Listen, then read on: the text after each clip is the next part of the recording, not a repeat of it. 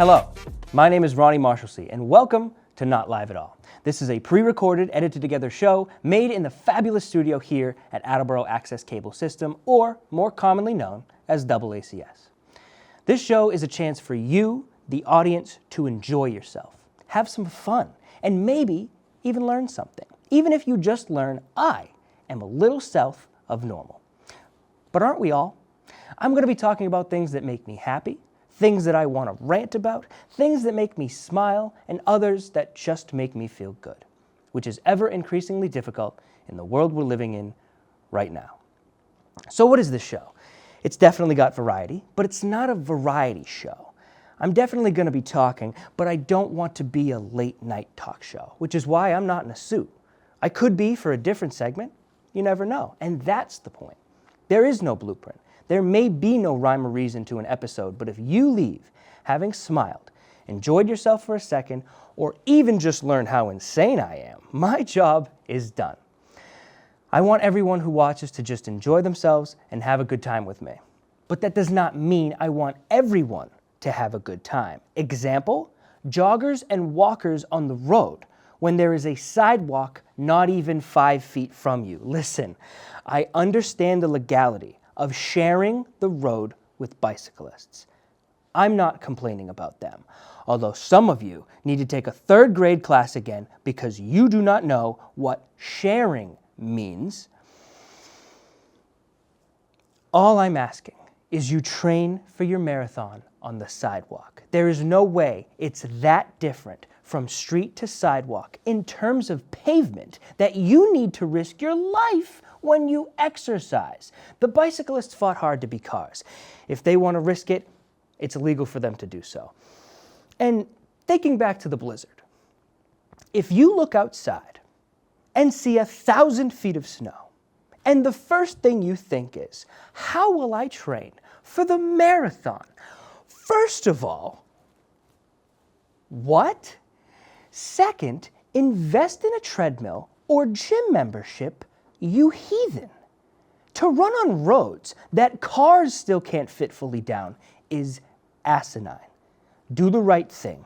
Either find a treadmill or run the marathon next year. That's what I tell myself every single year. Put your ego down. You and I will grab a tasty treat and talk about how we'll get them next year. Hey, do you remember Wonder? Do you remember not knowing something and you didn't immediately look it up on the computer in your pocket? When you didn't have all the answers in front of you? It was nice. Which is why I came up with this segment that just makes you wonder. How do people not fall over on hockey skates? You're balancing on a sword. If someone crosses the street before a crosswalk and a stop sign, and I fully stop to let them go, do I have to stop at the sign? I feel like I already stopped. When climate change inevitably shifts the seasons, will Punxsutawney Phil be shown his shadow in a different month? Will he retire? Does he have a 401k? Plastic floats in bodies of water, so if I'm basically made of microplastics at this point, would I float better in water than when I was younger?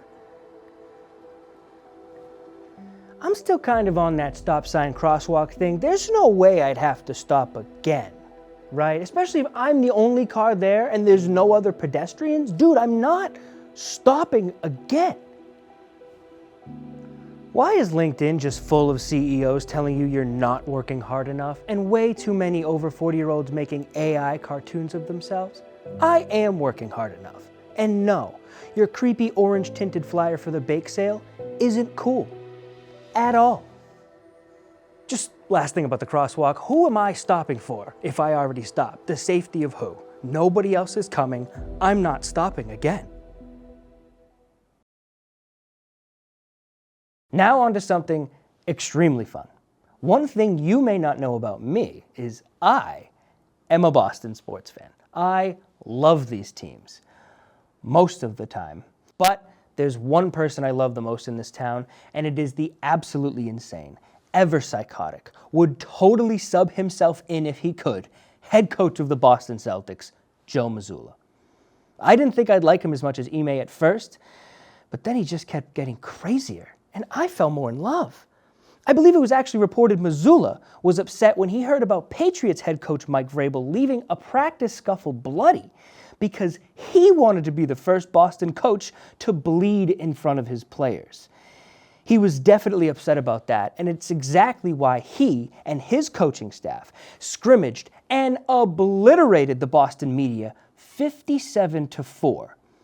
That reminds me of when Kobe coached Gianna's team, came back 2 years later after a 21-22 loss, and annihilated that same team 115-27 and posed for and posted a picture in front of the scoreboard.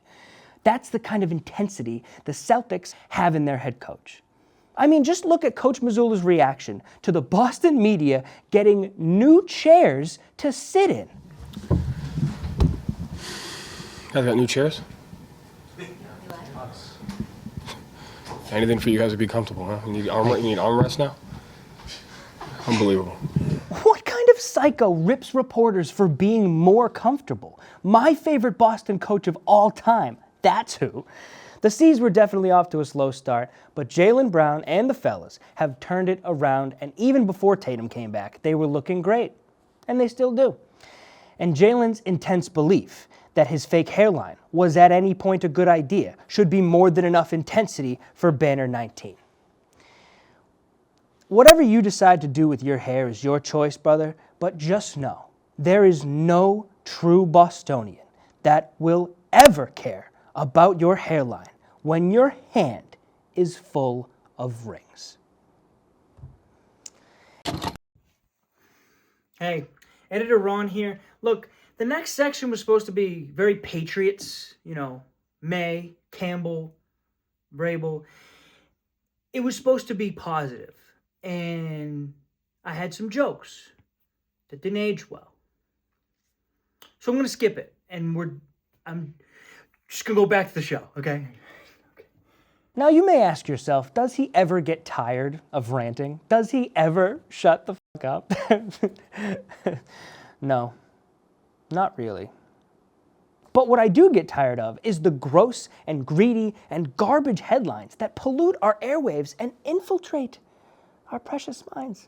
I like focusing on good stuff like this Australian teenager Josh Pash, who found 3,500 Aussie dollars outside of a gas station.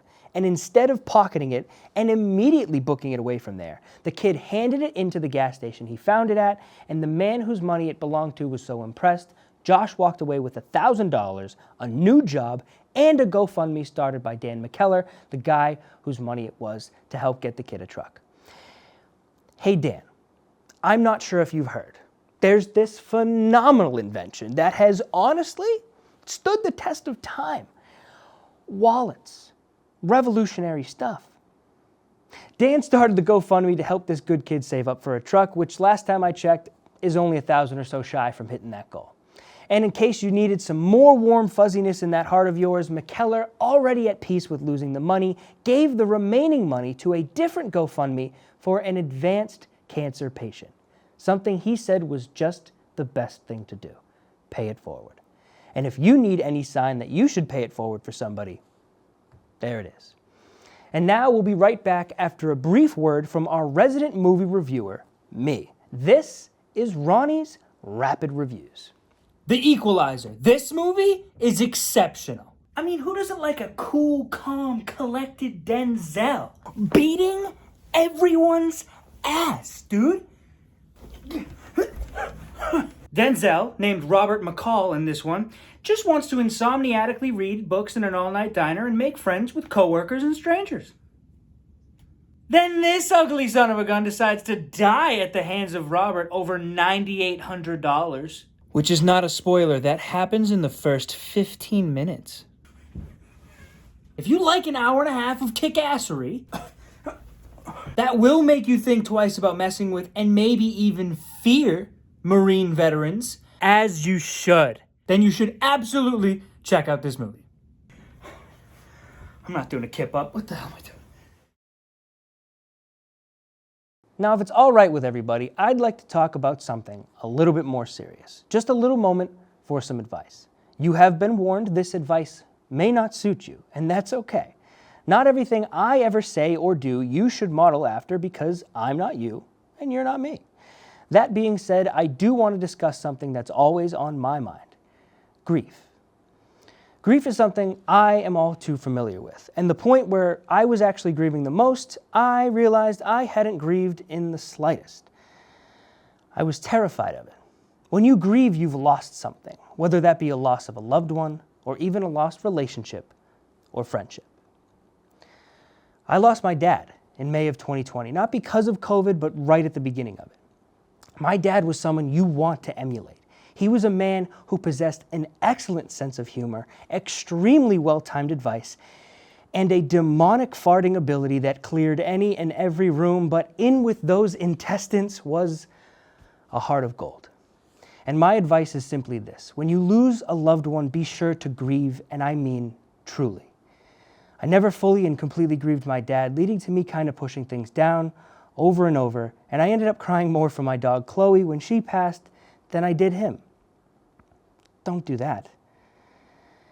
Instead, take the time, whether it's off of work or school or whatever free time you possess, even if it's just before bed, and truly begin the process of grieving. It will not fix itself overnight, and that does not mean spending an even amount of time at the 5 stages either. Some don't spend a lot of time on the denial or the anger, and others need to, and that's okay. Just be sure to do it. It's never going to be fun, but at the end of it, you will always have memories that you can look back on. And remembering what you love the most about someone you lost can really be as fun as it gets. I mean, every time I hear a fart, I think about my dad clearing a room and cackling to himself like the sound that just came out of him was the greatest joke ever told. This right here is part of my grieving process. Repeatedly saying out loud just how awesome and funny my dad was is just another way to keep him around. As a very wise person once told me, if you tell a story about someone you lost every single day, they are never really gone. Well, that is it for the very first episode of Not Live at All. I hope you enjoyed yourself, and thank you for watching. I have absolutely no timeline on another episode because my only goal was to get 2 of these done in 2026, and 1 done. But I do hope you enjoyed yourself, and please stay safe, take care of those who love you, and until next time, I am Ronny Marshalsea.